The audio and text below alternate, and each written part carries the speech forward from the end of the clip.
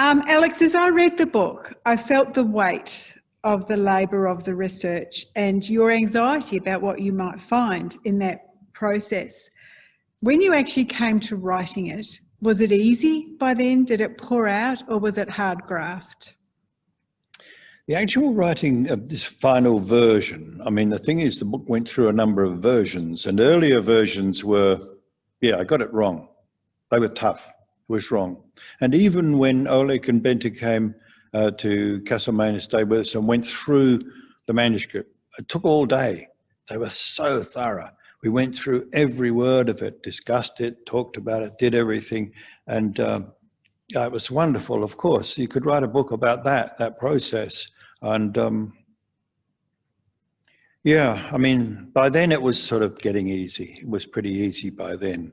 The book didn't just pop out.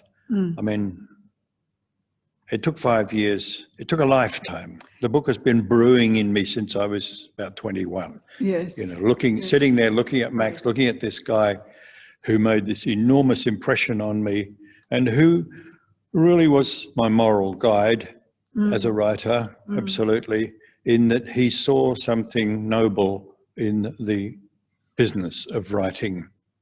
And that to him was not negotiable. That was the critical thing. I knew that it wasn't negotiable for him. Yeah. It's so important. I've never met anybody quite like that. Yeah. Yes. Yeah. Yes. Fortunate. So lucky. So lucky. Now that you've finished writing the book, have you laid down a burden with relief? Or are you celebrating somehow the re-establishment of your relationship with Max? I've always had a private relationship with Max. The thing about this story is that it was very private to me, and I never really shared it. I often anybody who reads my work will see references to Max throughout my work. It'll be in the form of, well, for example, the Ancestor game, which you mentioned, 1992, that came out, and that's dedicated to Max and Ruth. For Cognitive Extreme is dedicated to Max. Yeah, I mean, and there are mentions of him in essays and short pieces that I've written. There's the story itself, Comrade Pavel, which you mentioned, and the backstory to that. He's always been there. He's been a companion in my writing life. And again, that business of his, it's not that he was inflexible, far from it. But to be negotiable on something like that, nah, it was beyond him. He wasn't going to do that.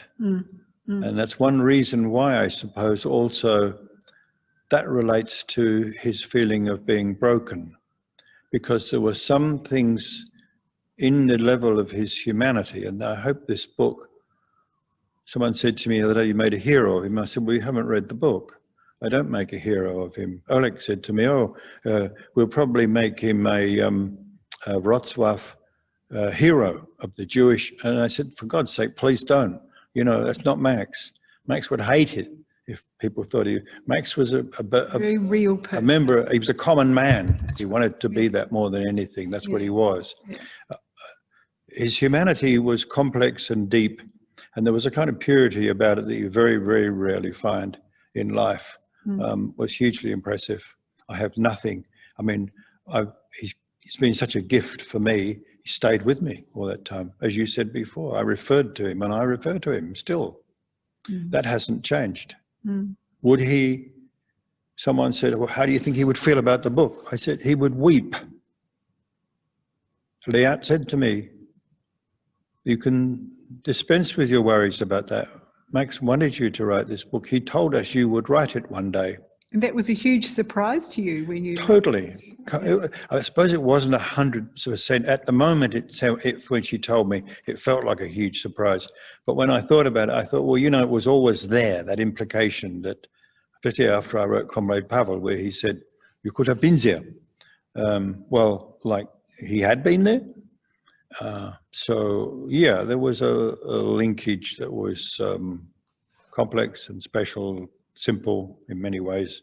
But yeah, I mean, I still have my relationship, as we do, because people die. I mean, I have quite a number of beloved dead friends they don't die, do they? I mean, you miss them, but they're not dead, Yeah. not to you. They become part of you.